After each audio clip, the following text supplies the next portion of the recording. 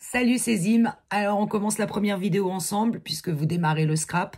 Je suis ravie de vous voir avec moi. Si vous voulez, vous pouvez appuyer sur la petite cloche pour vous abonner et me suivre et comme ça on va travailler ensemble. La première vidéo, c'est le matériel. Je dis bien le matériel de base. Il y en a beaucoup d'autres, mais on va d'abord s'appuyer sur ce dont vous avez absolument besoin si vous démarrez. Alors, je vais baisser mon téléphone pour que vous puissiez voir.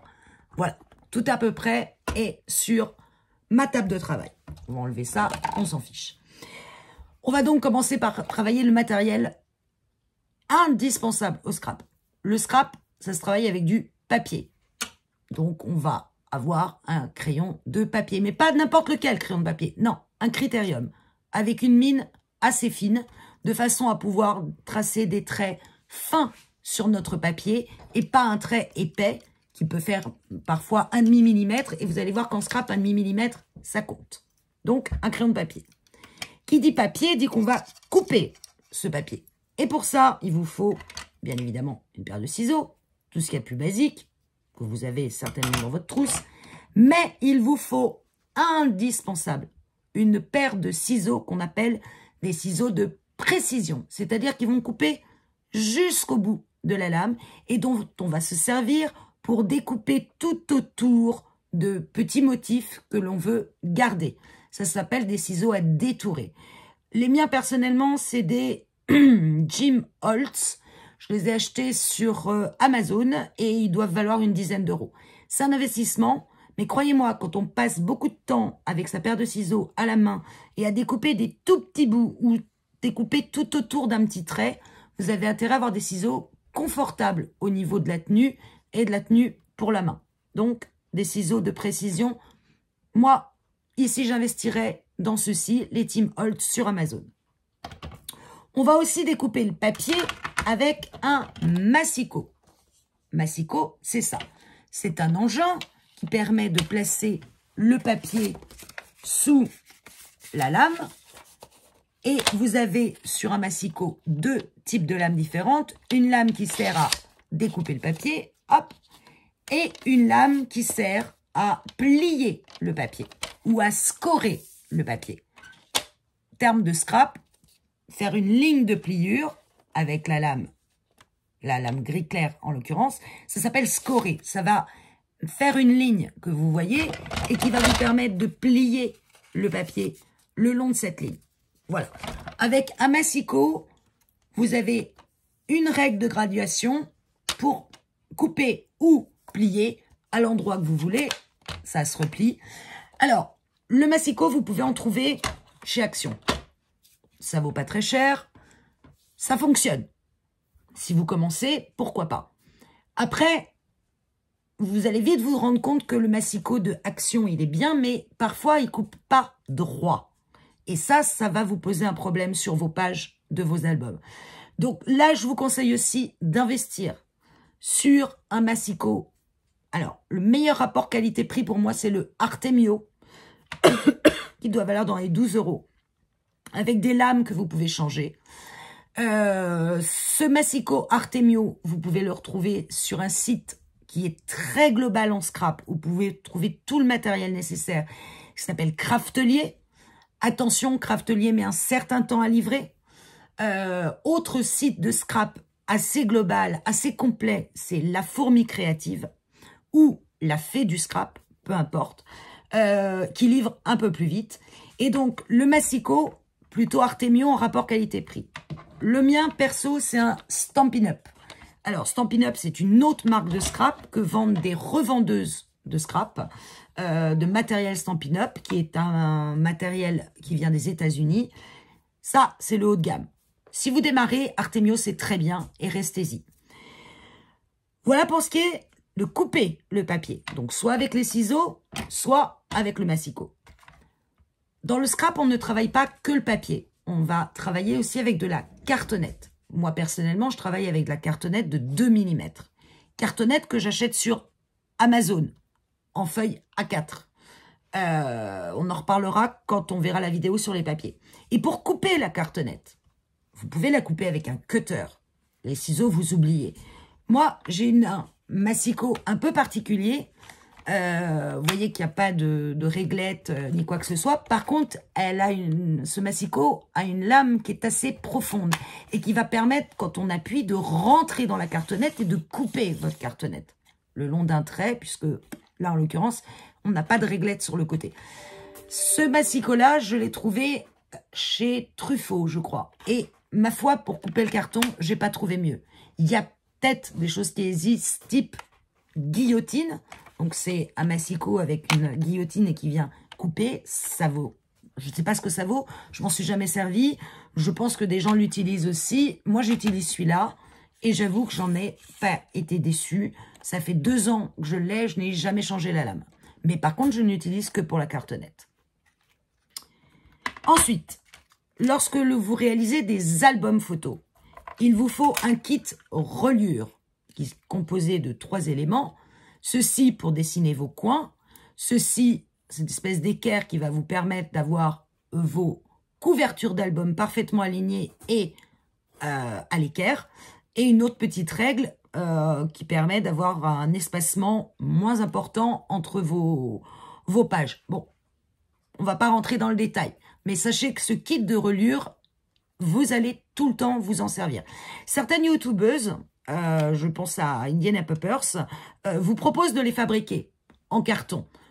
Pourquoi pas, mais je trouve ça plus fragile. Moi, j'utilise celui de Craftelier. Alors là, en l'occurrence, ça s'appelle le kit de reliure chez Craftelier. Ça existe peut-être sur d'autres sites.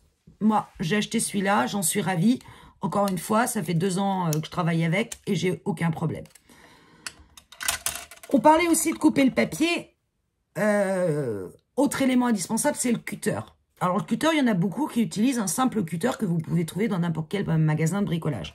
Moi, je prends celui d'Action. Pour le coup, ça vaut 1,50 €. Je me sers de la lame la plus large, celle qui est triangulaire, et j'ai aucun problème pour couper n'importe quel papier, n'importe quel grammage. Pour la cartonnette, c'est un peu plus compliqué. Ça vaut, donc oui, je vous ai dit le prix, je crois. Et en gros, j'en change tous les mois, je le change. Donc là, Action, on ne se pose pas la question. On a besoin de règles. Une règle métallique, indispensable. Pourquoi? Parce que souvent, vous allez venir couper avec votre cutter le long d'un trait sur votre papier. Et vous allez vous aider de votre règle. Donc, vous avez tout intérêt à prendre du métal. Parce que si vous prenez du plastique, qu'est-ce qui se passe avec votre cutter? Oh là, vous arrachez le plastique. On oublie. Règle en métal. Et moi, je trouve indispensable d'avoir aussi une petite règle toute fine qui... Alors, je ne sais pas où je l'avais acheté, cette règle. Peut-être à Action, je ne me souviens pas, pour être très honnête. Elle a l'intérêt d'avoir, sur une partie des graduations, des demi-millimètres. Et les demi-millimètres, je vous le répète, en scrap, c'est très important. Donc, elle est précise. Et puis, quand vous allez utiliser du double face, on va en reparler, elle va vous servir. Donc, une petite règle toute fine, toute légère, qui se tord dans tous les sens. On parle de papier, on a parlé donc du crayon, de couper le papier. Il est indispensable aussi de le coller, ce papier. Alors là aussi, moi, pas d'hésitation. Depuis 2 ans, j'utilise essentiellement, voire que la Tacky Glue de chez Action. Elle vaut 89 centimes et ma foi, elle colle très bien dans le temps. Elle est facile parce qu'elle colle assez rapidement tout en vous laissant le temps quand même de replacer un peu votre papier si vous n'avez pas collé très droit. Donc, la colle Action, pour moi, impeccable. Mais ça ne suffit pas. La colle Action, vous allez voir que quand vous l'ouvrez et que vous en mettez sur votre papier, même si vous essayez de ne pas appuyer trop fort, vous allez faire un trait assez large. Donc, ça risque de déborder. La colle Action est très bien, mais il faut l'associer à des petites fioles que l'on remplit de crème Action. Et là, on a un embout très fin. Alors, ces petites fioles, pareil, moi, je les trouve sur Amazon. Et vous allez voir la différence, c'est que on fait des traits tout fins qui évitent à la colle, quand vous pliez, de déborder du papier et de faire des taches. Malgré tout, des taches, vous allez en faire. Tout le monde en fait, c'est inévitable. Donc, pour éviter les taches de colle, on achète une gomme à colle. Ça, vous la trouvez sur Craftelier ou Amazon, peu importe. C'est un espèce de petit carré en mousse. Pareil, je l'ai depuis 2 ans. Je la nettoie régulièrement. Et ça enlève, on va dire, 80% de votre tache de colle. La colle, les règles, tout ce qu'il faut pour couper. Alternative à la colle, je vous en parlais tout à l'heure, le double face. Alors, le double face, ça remplace la colle, mais une fois que vous avez collé votre page avec du double face, vous ne pourrez pas l'enlever sans la déchirer. Donc, il faut être sûr de soi pour utiliser du double face. On verra dans les tutos prochains que le double face, quand on est débutant, on l'utilise avec parcimonie et il y a une méthode pour éviter de coller sa page de travers et puis une fois que c'est collé, c'est mort. Alors en double face, il vous en faut. Malgré tout, même basique, il vous en faut. Il y en a chez Action, du blanc. Ça colle pas génial. Craftelier, ils en font et ils les vendent par plusieurs tailles en un seul bloc. Moi, je conseille d'avoir toujours sur soi du 9 mm. Pourquoi 9 mm? Parce que vous verrez qu'on utilise beaucoup de bandes en scrap pour coller nos papiers, ce qu'on va appeler des bandes de collage qui font 1 cm. Donc avoir du 9 mm, c'est indispensable. Mais Craftelier présente son double face et il marche très bien en 12 mm, 9 mm, 6 mm, 3 mm et voire même du 5 cm. Bon, ça pour le moment vous oubliez. Vous n'en avez pas besoin à mon avis au départ. Donc Craftelier, très bien pour le double face. Le haut de gamme dans le double face, pour moi, c'est le Lily Pot de Colle. Alors, le Lily Pot de Colle, il est, vous voyez, de couleur jaune. Pareil, vous allez le trouver dans toutes les dimensions, du 12, du 9, du 5, du 3, peu importe. Là aussi, ça, c'est beaucoup plus cher. Mais alors, ça marche. Alors là, vous êtes sûr que votre page, elle bougera jamais. Craftelier, c'est comme pour le Massico. C'est le bon rapport qualité-prix. Et comme le Massico Stampin' Up, c'est le haut de gamme, pour moi, Lily Pot de Colle, c'est le haut de gamme. Il va vous falloir aussi, de la mousse relief pour mettre certains de vos embellissements. Donc, ce qui va agrémenter vos photos en relief par rapport à votre page parce que ça va ressortir, ça va être plus joli. Alors, vous trouvez, moi je les avais trouvés chez Cultura, des petites pastilles comme ça, avec une épaisseur, je dirais, allez, avec une nez de 2 mm. Ça suffit. Vous en trouvez chez Action sous forme de rouleau de mousse adhésive.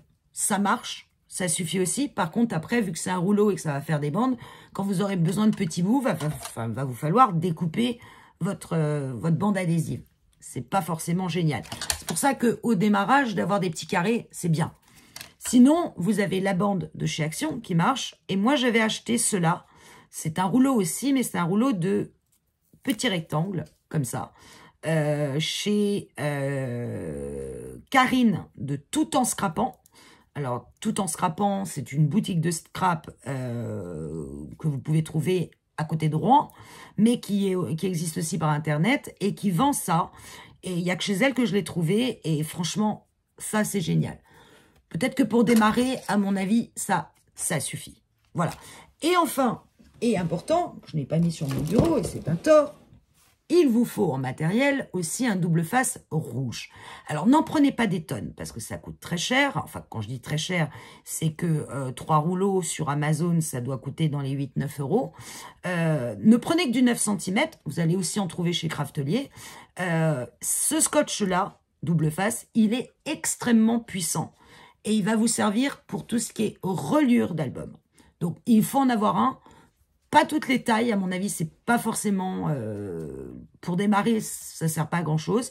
Mais au moins du 9 mm. Voilà pour les double faces. Je crois que j'ai fait le tour du matériel de base. Alors, on verra qu'il existe du matériel encore plus sophistiqué dont on peut être amené à se servir. Pour le moment, on va s'arrêter là. Pour tout ce qui est basique, c'est déjà pas mal. Rien qu'avec ça, vous pouvez faire déjà un bel album. À très vite.